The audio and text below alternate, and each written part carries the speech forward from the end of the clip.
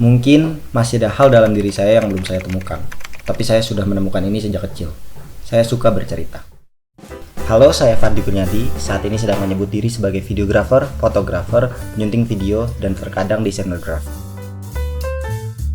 Berangkat dari keluarga kecil yang suportif, ibu seorang ibu rumah tangga dan almarhum ayah dulunya seorang programmer. Orang tua saya ialah orang tua yang melek teknologi. Hidup saya sudah didokumentasikan sejak saya lahir. Saat itu, kamera menangkap cahaya yang sama dengan cahaya yang pertama kali saya lihat di dunia. Ini saya, tahun 2003. Tepatnya tanggal 29 Oktober di Rumah Sakit Polri Kramat Jati, Jakarta Timur. Dan ini saya, kurang lebih 10 tahun kemudian.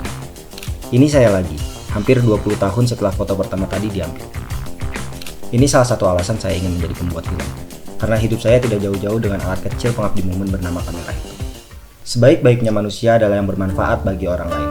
Menjadi storyteller adalah cara yang paling memungkinkan bagi saya untuk bisa bermanfaat kepada banyak orang. Karena saya sadar bahwa film memberi sedikit banyak dampak psikologis. Ditambah kecintaan saya dengan teknologi, film yang menggabungkan seni dan teknologi menjadi pilihan saya sebagai media bercerita. Melihat masa depan, saya ingin membuat film yang berdampak pada banyak orang. Melalui film, saya ingin mengangkat kisah kehidupan di sekitar kita ini ke layar lebar, yang bisa saja lucu, menegangkan, atau perlu kita suarakan ke penjuru dunia. Di sisi lain, saya juga tertarik untuk terlibat di bidang kearsipan film Indonesia. Sebagai kontributor Wikipedia dan IMDb, saya melihat arsip film Indonesia masih kurang diperhatikan. Lulus SMP di Purworejo, saya kembali melangkah pasti di tanah kelahiran ibu kota. Mencari pengalaman lebih dengan ribuan industri kreatif yang sudah berjalan. Andai harus pilih salah satu karya untuk diceritakan, sepertinya terlalu sulit.